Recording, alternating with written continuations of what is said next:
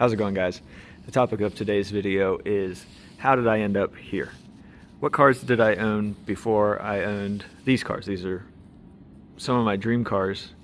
I had an 89 Mark III in high school, and that's like the soul of that car is what this car is now for the most part. What I mean by that is when I was driving my 89 in high school, this is what I wanted it to be. Like pretty much this exact same car. JZ A70 right-hand drive. Mine was just a boring left-hand drive 7M car, but this is JZ turbo.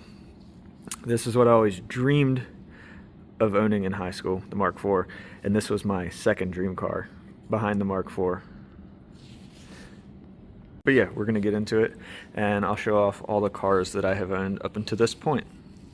I was built to last with the webs I'm weaving. I could change the past with all I'm achieving. Got my foot on the gas, never stop competing. If you break like glass, then this life's coming. So this was my first car. It's an 89 Toyota Supra. It had a 7M GE with a W58 5-speed. This car was a ton of fun, taught me a lot about these cars. This is really what started my business, Mark III Super Parts. And sorry about this video. I was recording it before I was doing the coilovers that day, and I was planning on making a YouTube video that I never made. I got this car in 2014, and I drove it to high school in 2016 and 2017. So I needed an all-wheel drive daily for where we live with the snow we get, so I ended up buying this 07 6-speed 328. It was such a fun car, and it was really cool to have a BMW in high school.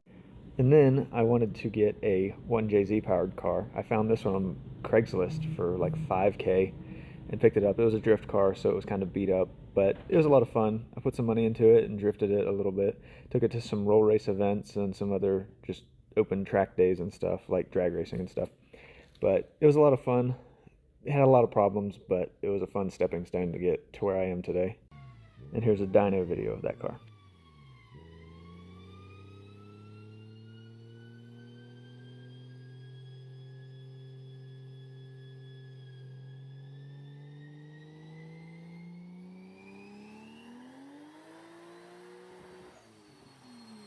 In 2019, my business was just starting and I needed something to tow the cars with, so I ended up picking up this 2003 Chevy Silverado. Had a 4.8 and an automatic, and it worked. It wasn't great, but it worked. If it wasn't for this truck, I don't know where I would be in terms of my business right now. Buying this car didn't feel real. Up until this point, none of my cars were really that valuable or important, and this one was the first really cool car that I ever owned, and I was so excited to get it. Road tripped to this was in Miami, picked it up and drove back and through a snowstorm. I wanted a rotary car, so it was so cool that my first one was arguably one of the best rotary cars that you can get, an FDRX7. So I'm really fortunate to be able to own that. The car is pretty much stock. Other than coilovers and wheels, the car is entirely stock. So after buying the red RX-7, I wanted another RX-7 that I could build. I wanted the Bridgeported RX-7 that everybody wants. This car was auto, and it looked like it went underneath of a truck is what happened, and the roof was messed up, and the interior was okay, but I never got around to fixing it. It was a little bit above my skill level at that time, but here in a second you'll see a picture of the guy that I sold it to, what he did to the car. And here's what it looks like today. Crazy that he got it cleaned up as well as he did. I guess he owns a body shop, so he did a really good job at cleaning the car up. I wanted to throw in some of these pictures of my RX-7. These are really nice pictures. Shout out to my friend Declan. He took these pictures and edited them and sent them to me. He didn't charge me anything, so shout out to him. He was awesome. And shout out to Ryan for hooking me up with him and getting pictures. You can see their cars right there in the background, which is kind of cool. But yeah, those guys are both awesome. Anyone that knows me knows that I'm a very nostalgic person. I love nostalgia. Not even that old, but I really like nostalgia. And in high school, I always dreamed of a Mark IV Supra. I always really wanted this spec exactly. Like I wanted a 97 non-turbo with the V161 6-speed, so it had the strong transmission, which was the very expensive part of this car. And little did I know, a couple years later, I would end up owning one. So I'm super happy. And what I had to do whenever I got it was I had to take it to my high school. That's where we're at in this picture. It meant a lot taking my dream car back to my high school. And then we had pictures with the RX-7. This parking lot is the outback parking lot of the high school. It's where I drove my old Mark III a lot of the times because I was still a junior when I was driving it.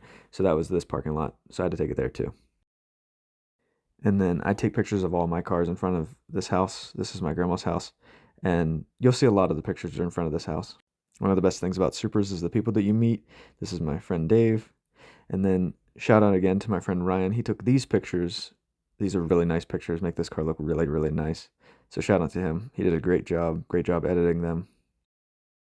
Like the captions say, I sold my old BMW, so I needed another one. This one's better in every way, other than color. I wish it was black, but it's a 6-speed turbo. So most of you guys probably know it, but the story of this car, I picked it up. Me and my dad were planning on fixing it and selling it. It needed a motor, and so we picked it up and we put it together. This is pictures of when it was at Japanese Classics at the importer. It looks so good.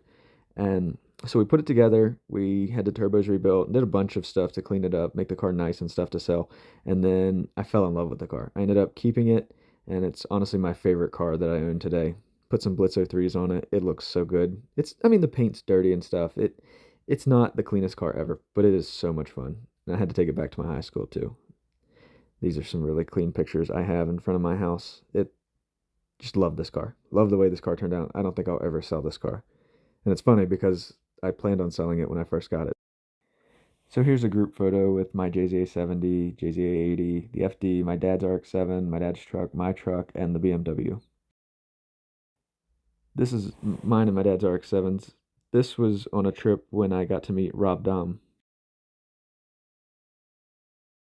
When I was in high school dreaming of owning these cars, I didn't know how I was going to make it happen or that it would ever happen, but it worked out. So if you're out there listening and you dream of owning these cars, don't give up. Don't let anybody tell you that you can't afford them. Just keep working, keep aiming for your goal, and one day you'll be able to afford them. Trust me. Thanks to everybody that stuck around this long and watched this video. I hope you guys enjoyed seeing the cars that I've owned.